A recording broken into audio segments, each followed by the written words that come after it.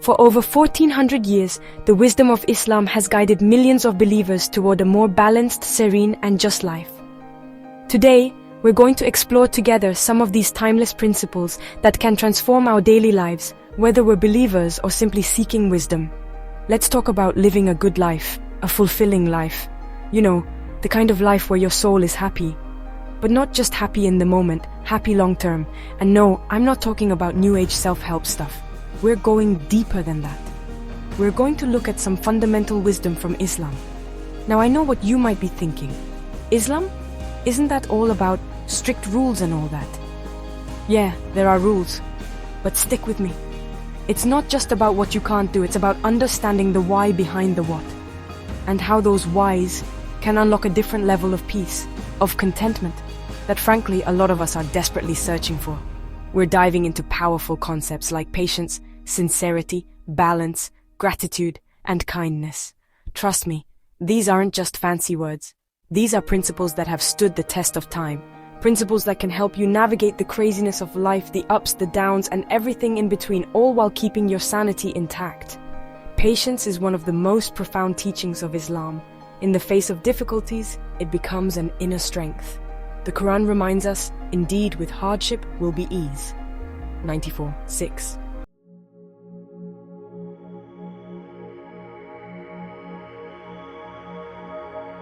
Let's be real, life throws us curveballs. Sometimes it feels like we're dodging a meteor shower while trying to parallel park during rush hour. We've all been there.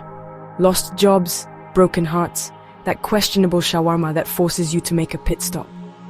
It's in these tough times that Islam teaches us sabr, patience.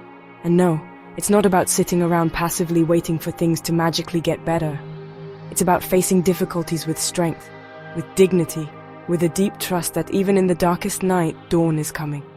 The Quran reminds us, verily, with every hardship there is relief. 94:6. It's a powerful reminder that no hardship lasts forever. It's like that saying, this too shall pass. But it's not just about waiting it out. Sabr is about actively seeking solutions, persevering, maintaining your connection to something bigger than yourself, even when things are tough. In Islam, it's not just the action that counts, but the intention behind it. As the Prophet, peace and blessings be upon him, said, actions are but by intentions.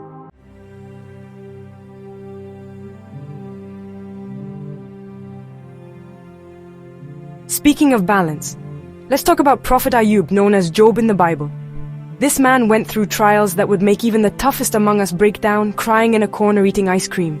We're talking years of suffering, loss of wealth, family, health, you name it. But here's the thing. Through it all, Ayoub never lost faith. He never cursed God, never questioned his wisdom. He embodied sabr on a whole other level. And you know what? His story isn't just some ancient tale. It's a powerful reminder that even in the face of unimaginable hardship, we can choose to hold on to hope, to trust in a plan bigger than our own understanding. Now, I'm not saying you have to become some kind of superhuman stoic who never complains. Complaining is a human right, my friend. But Ayoub's story teaches us that true strength lies in facing our challenges head-on, with faith, with resilience, and with that unwavering belief that even in the darkest of times, there's a light at the end of the tunnel. Islam encourages a balanced life, avoiding extremes. The Prophet said, "The best of things is the middle way."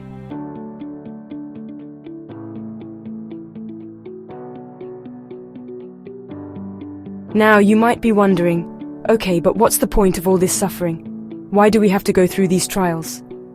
Well, think of it like this. Imagine a blacksmith shaping a piece of iron into a sword. The iron goes through intense heat, hammering all sorts of discomfort, right? But it's through this process that it's transformed into something strong, something valuable, something capable of greatness. Similarly, challenges, however difficult, can refine us, shape us, and mold us into stronger, wiser, and more resilient versions of ourselves.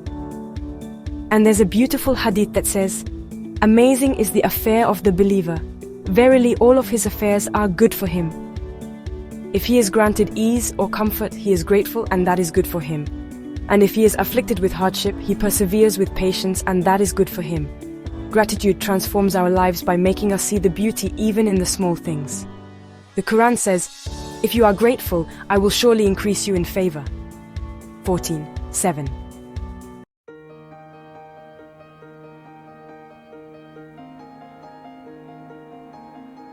You see, patience isn't about passively accepting everything life throws at you.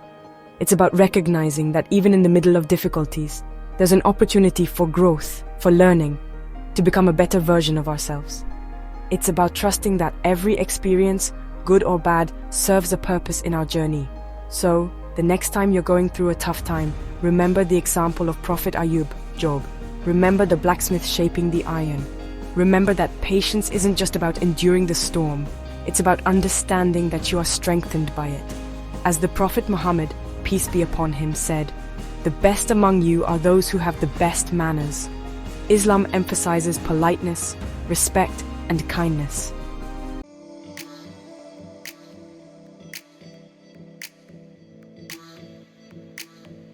Okay, let's talk about intentions. We all know that friend who posts perfectly arranged photos of their spontaneous trip to the farmer's market, right? They look amazing, but you can practically feel the thirst for likes through the screen. Well, in Islam, it's not just about the outward appearance of our actions, but the heart that motivates them. That's where the concept of ikhlas comes in. Sincerity, doing things for the right reasons, for something bigger than ourselves. It's about purifying our intentions and doing things with a pure heart, seeking the pleasure of God rather than the validation of others. It's like this beautiful hadith from Prophet Muhammad, peace and blessings be upon him, that says, "Actions are but by intentions, and everyone shall have but that which he intended." Powerful, isn't it? It's a reminder that in the grand scheme of things, it's not just the act itself that matters, but the why behind it.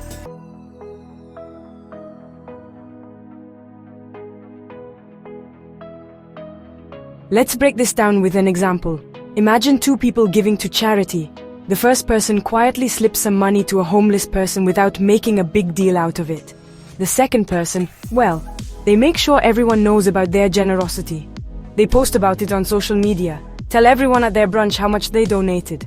On the surface, they're both doing a good deed, right? But the intention behind it makes all the difference. One is driven by sincere compassion and a desire to please God, while the other is fueled by the need for recognition, for applause, for those precious likes. You see, ikhlas is about getting rid of the ego, the need for validation, and connecting to something deeper, more meaningful. It's about doing good for the sake of good, knowing that our reward is ultimately with God, and not in the fleeting approval of others.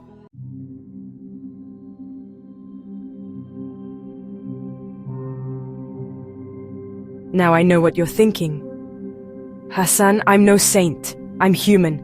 I like getting likes on my posts. I get it, we all do.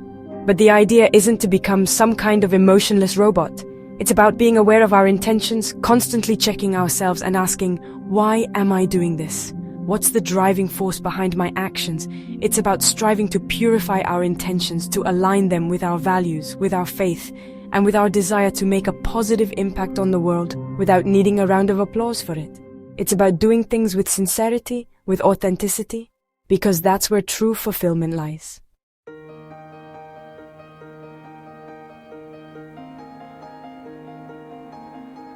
When we act with ikhlas, something incredible happens. Our actions carry more weight. They become more meaningful, not just for ourselves, but for those around us too. When our hearts are in the right place, it shows.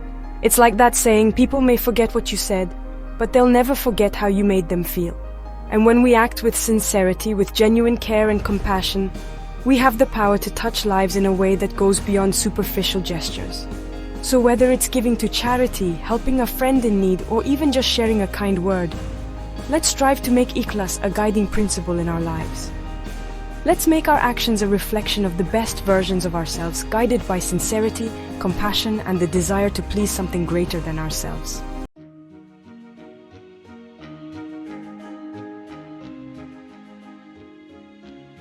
Alright, my friends, let's talk about balance. You know, that thing your friend Sarah claims she found after a yoga retreat in Bali? Turns out, Islam has been hip to this whole balance thing for centuries. In Islam, it's not about going all in on one thing and neglecting everything else. It's about finding that sweet spot. Like choosing between a double-stuffed cookie and a dry, sad cracker. You want the goodness, but you also need your teeth to stay in your head. This is where Wasatiyyah comes in. It's about living a life that's, not completely off the rails. Think of it like Goldilocks, but instead of porridge, it's your life choices. Too much of anything can be a bad thing, right? Too much chocolate, tummy ache. Too much sleep, you miss out on life.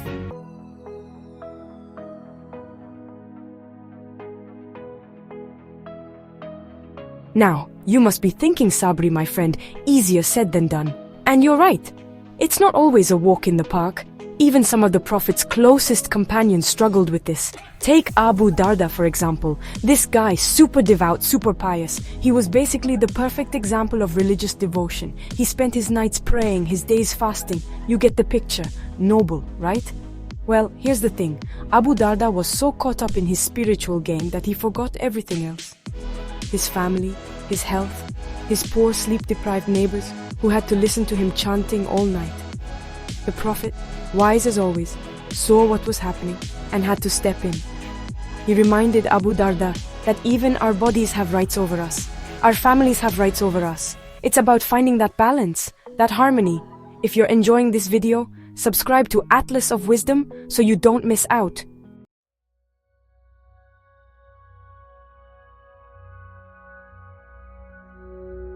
Look, we're not saying you have to be some kind of spiritual acrobat, balancing on a prayer rug while juggling 5 daily prayers and a side of charity work.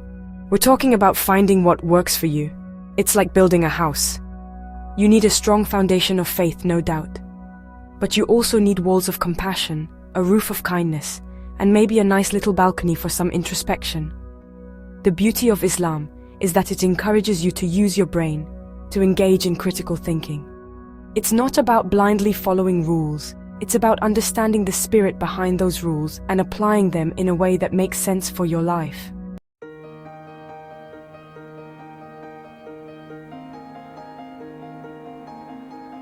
So how do we find this elusive balance? Well, it starts with being honest with ourselves. Are we neglecting certain parts of our lives? Are we overdoing it in others? It's also about seeking knowledge, understanding the principles of Islam, and figuring out how they fit into our modern context. And sometimes it even means asking for help, turning to mentors, scholars, or even your friendly neighborhood imam. Remember, finding balance is a journey, not a destination. It's about constantly striving, constantly adjusting, and constantly reminding ourselves that life is best lived in moderation. Unless we're talking about biryani. More biryani is always a good idea.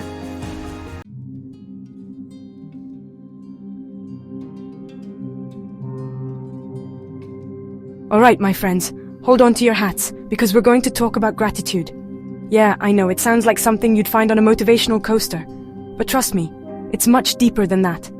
In the chaotic whirlwind of life, we're often so busy chasing the next best-selling book, the latest iPhone, that we forget to appreciate what we already have. We become like spoiled children in a candy store, constantly searching for the next sweet treat, without ever savoring the one we have in our mouth. But Islam offers us a radical alternative, gratitude.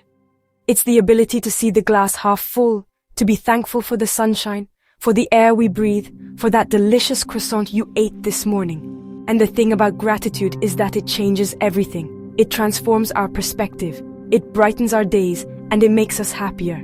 It's like putting on rose-colored glasses, but without the cheesy part.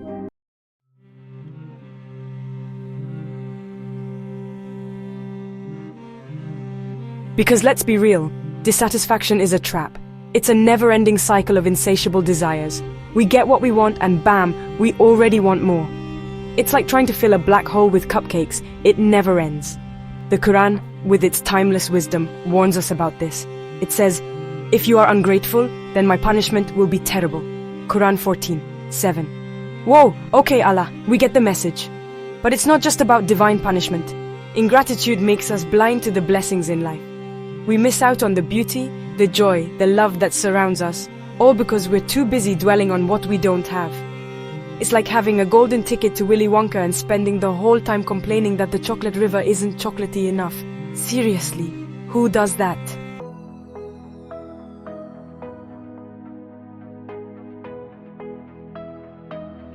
There's an amazing story in Islamic tradition that perfectly illustrates this concept. A man was constantly complaining about his life. He always found something to criticize, never happy with his lot. One day, he met a wise man who said to him, "You want to know the true value of what you have? Then close your eyes for a day." The man, although hesitant, agreed.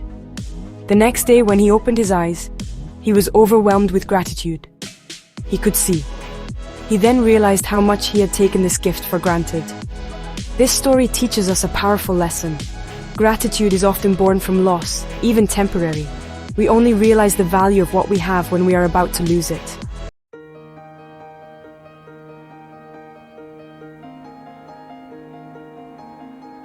So how do we cultivate gratitude in our busy lives?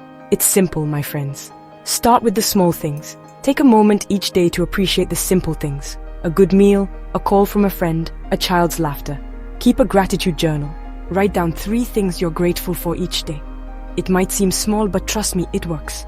And most importantly, remember that gratitude isn't about being naively optimistic in the face of adversity. It's about choosing to focus on the good, even in the midst of difficulties. It's an inner strength that allows us to weather life's storms with resilience and hope.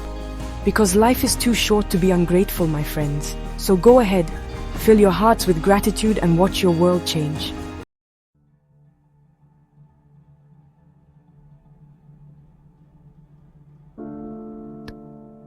Now, let's talk about another important part of Islam, good behavior, or akhlaq in Arabic.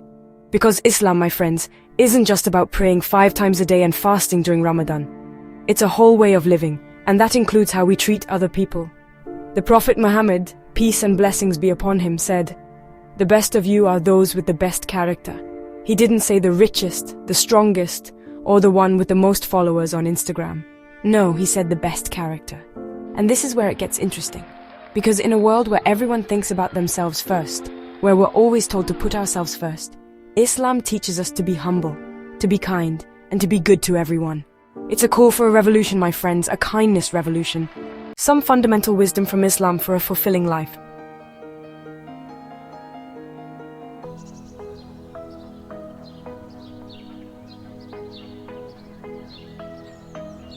There's an incredible story in Islamic tradition that shows the power of forgiveness and kindness. There was an elderly woman who used to insult and throw trash at the Prophet Muhammad, peace and blessings be upon him, every day as he passed by her house. One day the Prophet noticed that the elderly woman was missing. He learned that she was sick and went to visit her. The elderly woman was shocked to see the Prophet at her bedside, the one she had always treated with so much disrespect. The Prophet, instead of reprimanding her for her behavior, inquired about her health and took care of her until she recovered. The elderly woman, touched by his compassion, repented and embraced Islam. This story teaches us that kindness can touch even the hardest of hearts. It reminds us that revenge has no place in Islam, that forgiveness and compassion are always the best path to follow.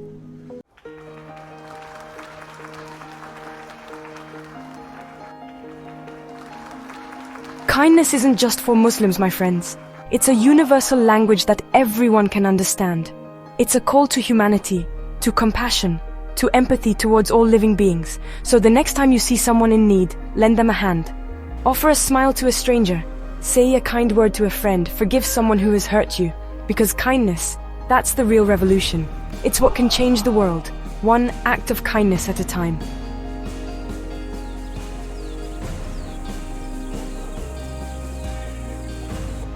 There you have it, my friends. Some of the fundamental wisdoms of Islam for a more fulfilling life. Patience, sincerity, balance, gratitude, and kindness. Universal principles that go beyond religions and cultures, and that can guide us towards a happier and more meaningful existence. These wisdoms are not abstract concepts. They are practical tools that we can use every day to transform our lives. They are seeds that we must sow in our hearts and cultivate with care to reap the fruits of inner peace, happiness, and harmony. So the question is, which wisdom will you choose to embody today? Which of these wisdoms inspires you the most? Tell us in the comments and share this video to spread this light around you. Thanks for watching. Subscribe to Atlas of Wisdoms for more wisdom and inspiration. Peace! Soft and soothing background music. As we conclude this journey of wisdom, there is one last essential aspect we must address: the power of community in Islam. Islam places a particular emphasis on the concept of ummah, the global community of Muslims. This unity is not just a spiritual bond, but a real support system that encourages love, compassion, and mutual aid among its members. From daily congregational prayers to the annual pilgrimage of Hajj, Islam encourages unity and brotherhood. Moreover, the importance of community extends beyond Muslims. Islam teaches us to be kind and just to all humanity, to build bridges and to foster understanding with people of different faiths and backgrounds. In a world often divided, the Islamic principle of community stands as a beacon of hope, reminding us of our common humanity and the strength we draw from unity. As we strive to embody the wisdoms of patience, sincerity, balance, gratitude, and kindness, let us also remember the profound impact of community. Thank you for being part of our Atlas of Wisdom community. Let us continue to spread love and light, one wisdom at a time. Peace be upon you all. Music, serene and reflective. In exploring the very essence of Islam, we cannot ignore a fundamental pillar that shapes the daily lives of millions of Muslims around the world: the practice of daily prayers, salat. Transition to a video of Muslims praying in congregation. Salat, performed 5 times a day, is much more than just a ritual. It is an intimate conversation with the divine, a moment of pause and reflection amidst the hustle and bustle of daily life. These prayers are a reminder of our purpose and a means to purify our hearts and minds. Transition to images of dawn, midday, afternoon, sunset, and night sky to represent the 5 prayer times. Each of the 5 prayers, Fajr, Dhuhr, Asr, Maghrib, and Isha, holds particular significance, aligning our routine with the natural rhythm of the day. From the calm of dawn to the tranquility of night, Salat punctuates our day with moments of spiritual connection. Transition to a video of a person praying alone in a serene environment. Whether practiced in solitude or in community, Salat fosters a sense of discipline, grounding us in faith and guiding our actions. It is in these moments of devotion that we find comfort, strength, and a renewed sense of purpose. Transition to a video of a family praying together. Moreover, Salat strengthens community and family bonds. When families and communities come together in prayer, it fortifies their unity and collective spiritual growth. Transition to a video of people leaving a mosque, smiling and greeting each other. Daily prayers testify to the power of consistency and the beauty of surrendering to a higher purpose. They remind us that no matter where we are or what we are going through, we are never alone. Music becomes uplifting. As we continue our journey of wisdom and reflection, let us embrace the profound significance of daily prayers in Islam. They are not merely obligations but opportunities to connect, reflect, and elevate our souls. Thank you for joining us on this journey.